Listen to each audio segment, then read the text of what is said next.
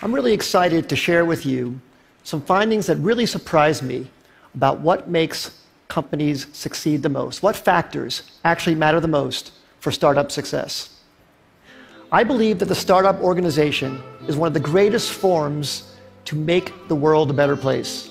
If you take a group of people with the right equity incentives and organize them in a startup, you can unlock human potential in a way never before possible. You get them to achieve unbelievable things.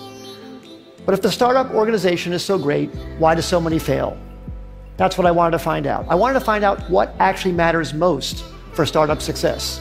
And I wanted to try to be systematic about it, avoid some of my instincts and maybe misperceptions I have from so many companies I've seen over the years. I wanted to know this because I've been starting businesses since I was 12 years old, when I sold candy at the bus stop in junior high school, to high school when I made solar energy devices, to college when I made loudspeakers. When I graduated from college, started software companies. And 20 years ago, I started Idea Lab. And in the last 20 years, we started more than 100 companies, many successes and many big failures. We learned a lot from those failures. So I tried to look across what factors accounted the most for company success and failure. So I looked at these 5. First, the idea. I used to think that the idea was everything. I named my company Idea Lab and how much I worship the aha moment when you first come up with the idea. But then over time, I came to think that maybe the team, the execution, adaptability, that mattered even more than the idea. I never thought I'd be quoting boxer Mike Tyson on the TED stage, but he once said, "Everybody has a plan until they get punched in the face." And I think that's so true about business as well. So much about a team's execution is its ability to adapt to getting punched in the face by the customer. The customer is the true reality. And that's why I came to think that the team maybe was the most important thing. Then I started looking at the business model. Does the company have a very clear path generating customer revenues? That started rising to the top in my thinking about maybe what mattered most for success. Then I looked at the funding. Sometimes companies received intense amount of funding. Maybe that's the most important thing. And then of course the timing. Is the idea way too early and the world's not ready for it? Is it early, meaning you're in advance and you have to educate the world? Is it just right, or is it too late and there's already too many competitors? So I tried to look very carefully at these 5 factors across many companies. And I looked across all 100 Idea Lab companies and 100 non-Idea Lab companies to try and come up with something scientific about it. So first, on these Idea Lab companies, the top 5 companies, CitySearch, Cars Direct, GoTo, NetZero, Tickets.com, those all became billion-dollar successes. And the 5 companies on the bottom, Z.com, Insider Pages, My Life, Desktop Factory, People Inc., we all had high hopes for, but didn't succeed. So I tried to rank across all of those attributes how I felt those companies scored on each of those dimensions. And then for non-Idea Lab companies, I looked at wild successes like Airbnb and Instagram and Uber and YouTube and LinkedIn, and some failures.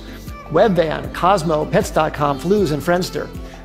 The bottom companies had intense funding. They even had business models in some cases, but they didn't succeed. I tried to look at what factors actually accounted the most for success and failure across all these companies, and the results really surprised me. The number one thing was timing. Timing accounted for 42% of the difference between success and failure. Team and execution came in second, and the idea, the differentiability of the idea, the unique idea, that actually came in third. Now, this isn't absolutely definitive. It's not to say that the idea isn't important, but it very much surprised me that the idea wasn't the most important thing. Sometimes it mattered more when it was actually timed. The last 2, business model and funding, made sense to me, actually. I think business model makes sense to be that low because you can start out without a business model and then add one later if your customers are demanding what you're creating. And funding, I think as well. If you're underfunded at first, but you're gaining traction, especially in today's age, it's very, very easy to get intense funding. So now let me give you some specific examples about each of these. So take a wild success like Airbnb, that everybody knows about. Well, that company was famously passed on by many smart investors because people thought, no one's going to rent out a space in their home to a stranger. Of course, people proved that wrong. But one of the reasons it succeeded, aside from a good business model, a good idea, great execution, is the timing. That company came out right during the height of the recession when people really needed extra money. And that maybe helped people overcome their objection to renting out their own home to a stranger. Same thing with Uber. Uber came out, incredible company, incredible business model, great execution too, but the timing was so perfect for their need to get drivers into the system. Drivers were looking for extra money. It was very, very important. Some of our early successes, CitySearch, came out when people needed web pages. GoTo.com, which we announced actually at TED in 1998, was when companies were looking for cost-effective ways to get traffic. We thought the idea was so great, but actually the timing was probably maybe more important. And then some of our failures. We started a company called Z.com. It was an online entertainment company. We were so excited about it. We raised enough money. We had a great business model. We even signed incredibly great Hollywood talent to join the company. But broadband penetration was too low in 1999, 2000. It was too hard to watch video content online. You had to put codecs in your browser and do all this stuff. And the company eventually went out of business in 2003. Just 2 years later, when the codec problem was solved by Adobe Flash, and when broadband penetration crossed 50% in America, YouTube was perfectly timed. Great idea, but unbelievable timing. And in fact, YouTube didn't even have a business model when it first started. It wasn't even certain that that would work out. But that was beautifully, beautifully timed. So what I would say in summary is execution definitely matters a lot. The idea matters a lot, but timing might matter even more. And the best way to really assess timing is to really look whether consumers are really ready for what you have to offer them, and to be really, really honest about it, and not be in denial about any results that you see. Because if you have something you love, you want to push it forward, but you have to be very, very honest about that factor on timing.